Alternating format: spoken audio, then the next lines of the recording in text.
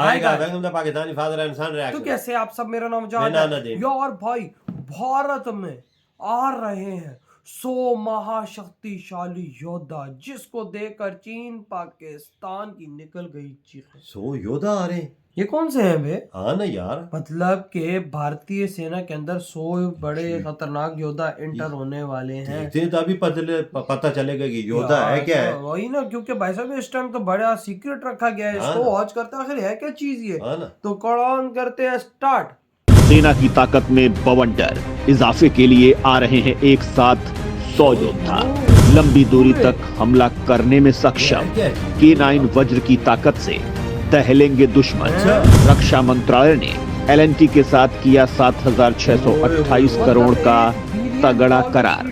दोस्तों, जब भारत के दुश्मन लगातार जंग की साजिश कर रहे हैं, तब भारत एक साथ दोनों दुश्मनों से लड़ने की तैयारी कर रहा है। तीनों सेनाओं को भयंकर ताकत से लैस किया जा रहा है। पुराने हथियारों को रिटायर करके नए हथियारों को शामिल किया जा रहा है, जिससे आज के वक्त की चुनौतियों से निपटा जा सके। चीन के साथ भारत लंबी सीमा साझा करता है और ये इलाका पहाड़ी इलाका है। ऐसे में भारत को बढ़त बनाने के लिए लंबी दूरी की तोपों की जरूरत है। ऐसे में भारत सरकार ने निजी कंपनी LNT के साथ 7,628 करोड़ का करार किया है। इसके तहत 100 K9 वज्र तोपों का निर्माण किया जाएगा। इन तोपों की ताकत के साथ भारतीय सेना पहाड़ी इलाकों में बेहद दमदार हो जाएगी। तो क्या है K9 वज्र की भयंकर ताकत? इससे भारतीय सेना को कितनी ताकत मिलेगी? जानने के लिए वीडियो को अंत तक देखिए। 38 किलोमीटर तक गोले दागने की क्षमता से K9 को किया गया है लैस। 15 सेकंड के अंदर 3 गोले दागकर दुश्मन के खेमे में मचाती है बवंडर। इस वीडियो में सबसे पहले हम K9 की ताकत के बारे में बताएंगे। इसके बाद हम आपको ये बताएंगे कि दुश्मन चीन और पाकिस्तान के खिलाफ भारत को ऐसे हथियार की जरूरत क्यों है। K9 वज्र तोप को बनाने के लिए भारत ने दक्षिण कोरिया से तकनीक हासिल की है। दक्षिण कोरियाई कंपनी हनवा टेक्विन ने इसके लिए तकनीक साझा की है। ये दक्षिण कोरियाई तोप K9 थंडर का भारतीय वर्जन है। ये तोप 38 किलोमीटर तक जीरो रेडियस में घूमकर हमला कर सकती है।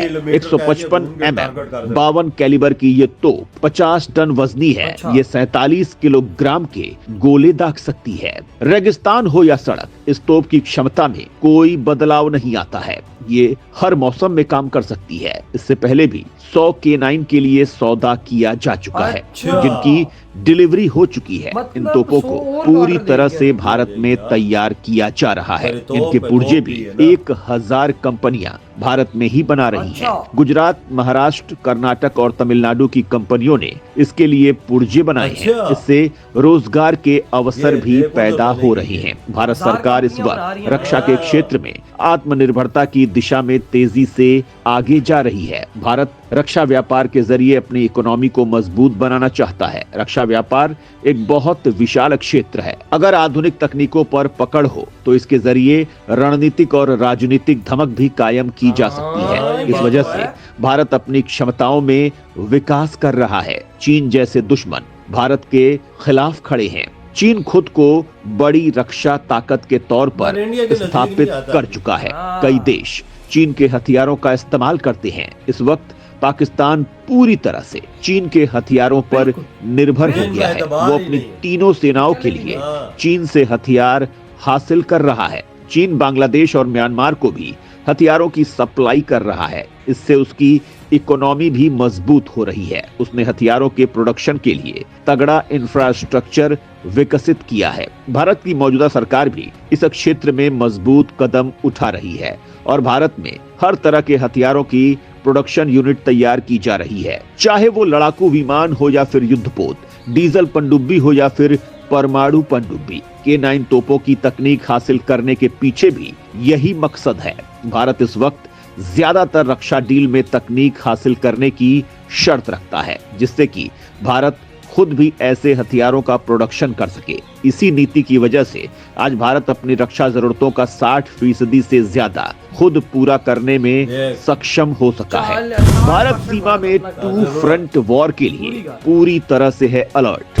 सीक्रेट एजेंसियां भारत के लिए जुटा रही हैं हर जरूरी जानकारी। अच्छा। दिवंगत सीडीएस विपिन रावत ने भारत को 2.5 मोर्चे की जंग के लिए तैयार रहने को कहा था। अच्छा। इसमें 2 फ्रंट सीधे तौर पर सीमा में युद्ध की तरफ इशारा था, जबकि हाफ मोर्चा के तहत भारत के अंदर मजहबी दंगाइयों से जंग की तरफ इशारा था।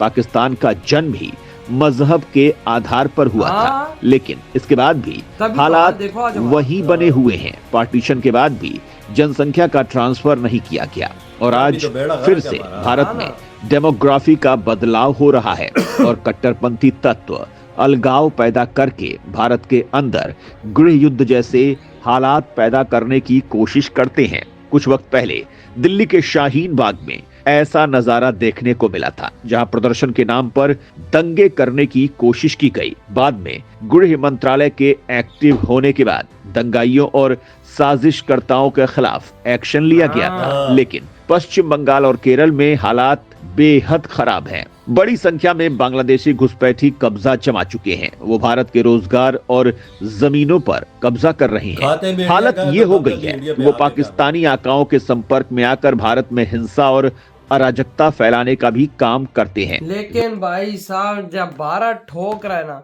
तो उनके हाथ में आई है। भारत तो भाई साहब सीधा गोलियां मारा। और आप खुद सोचो कि अब भारत ने और ऑर्डर दे दिया $1 बिलियन की 100 महायोद्धाओं का। मतलब वो समझो टैंक है ना, चारों तरफ चलते फिरते, समझो कि भाई वो तोपे, मतलब समझो वो एक किस्म का टैंक ही है जिसकी रेंज 40 किलोमीटर है और चारों तरफ से घूम के दुश्मन को टारगेट हिट कर सकते हैं। भाई उसकी जी मैं तो हैरान रह गया कि भाई इतना वजनी। हाँ ना यार, और भाई इतना भाई सब सटीक, मतलब वो कोरिया से भाई साहब टेक्नोलॉजी इंडिया को मिली, और इंडिया में ही बन रहे हैं, मेड इन इंडिया। इस टाइम 1000 भारत की कंपनियां उसके पुर्जे बना रही है। 1000 कंपनियां, तो सोचो उस 1000 कंपनियों के अंदर कितने लोग काम कर रहे होंगे। गुजरात वाकया बात हो, 1000 कंपनी एक टैंक के पुर्जे बना रही है। एक कंपनी में 100 बंदा तो चलो लगा ही दो ना। हाँ बिल्कुल, 100 बंदा लगा दो, 1000 कितना, मतलब 1-2 लाख तो भाई सब लोग काम कर रहे हैं इस टाइम उनकी कंपनियों में। सिर्फ भारत की जो भाई ये पुर्जे बना रही है, ये जो टैंक के लिए कितनी नौकरियां मोदी जी ने प्रोवाइड करा। वाकया भारत को आज कितना स्ट्रॉन्ग करा दिया मोदी जी ने। और इधर हम लोग, हमारा पीएम आता है, कहता है हम जिधर जाते लोग हमें भिखारी कहते अब भिखारियों को लोग भिखारी नहीं बोलेगा तो क्या बोलेगा यार। तो भाई हमारा पीएम का सीधा निशाना होता है कि तुम पाकिस्तानी भी भीख मांगो बाहर जाओ। यार इधर हमारा पीएम जाता है, तुमने बात तो की बगारी की, इन्होंने कभी इन्वेस्टमेंट की बात की है तो मांगने की बात करते हैं। हमारे देश में आने की बात नहीं करते, इन्वेस्टमेंट कोई करे, वो भूल के आ जाए भी वो भी भाग जाता है। बाप चाइना से चीजें ले रहे उसको ये नहीं बोलते चल भाई साहब घटिया चीज है, 2 नंबर चीज है, टेक्नोलॉजी इधर लगा और इधर पाकिस्तान में इन्वेस्टमेंट चाइना मुंह पे चपेड़े ना मार दे हमें, वो बोलता हमसे मंगाओ। और भाई $1 बिलियन की डील, मतलब भारत $1 बिलियन $2 बिलियन की ऐसे डीले कर देता है जैसे भाई भारत के लिए तो ये कोई चीज ही ना हो। बिल्कुल वाकया भैया, चाइना को काउंटर करने के लिए सब कुछ करना पड़ता है भाई। ये 2 दुश्मन साथ बैठे हुए। अबे वही तो, और 15 सेकंड के अंदर 3 गोले मारती है। 100 पहले खड़ी में 100 ये 200, मतलब इकट्ठे जो गोले मारे थे, कितने गोले मारे? अगर भारत एक ही सीमा पर लगा दे ये 200, एक मिनट में ये 200 कितने गोले बरसाएंगे? अबे वही आप खुद सोचो कि भाई साहब 15 सेकंड के अंदर 600 गोला अगले के देश में होगा। फिर आप अंदाजा लगा, 600 गोला, एक गोले को भी संभालना मुश्किल है तो 600 गोले को कौन संभालेगा? तभी तो आज चाइना और पाकिस्तान दोनों की फट के हाथ में आई हुई है कि भारत भाई साहब अब हमारे हाथों से ही निकल गया। वाकई में इंडिया हाथों से निकल गया। इंडिया को कोई अब पकड़ भी नहीं सकता। इंडिया 60-70-80% अपने देश की जरूरत है, अपने देश में पूरा कर 60% आज अपने देश पर हो गया। कहाँ एक्सपोर्टर था, कहाँ इम्पोर्टर था, आज हथियारों का एक्सपोर्टर बन गया, लोग दुनिया को दे रहा है। तो भाई आपकी क्या थॉट्स हैं भारत की इतनी बड़ी डील और इतनी बड़ी कामयाबी पर? इधर ही वीडियो खत्म करते हैं।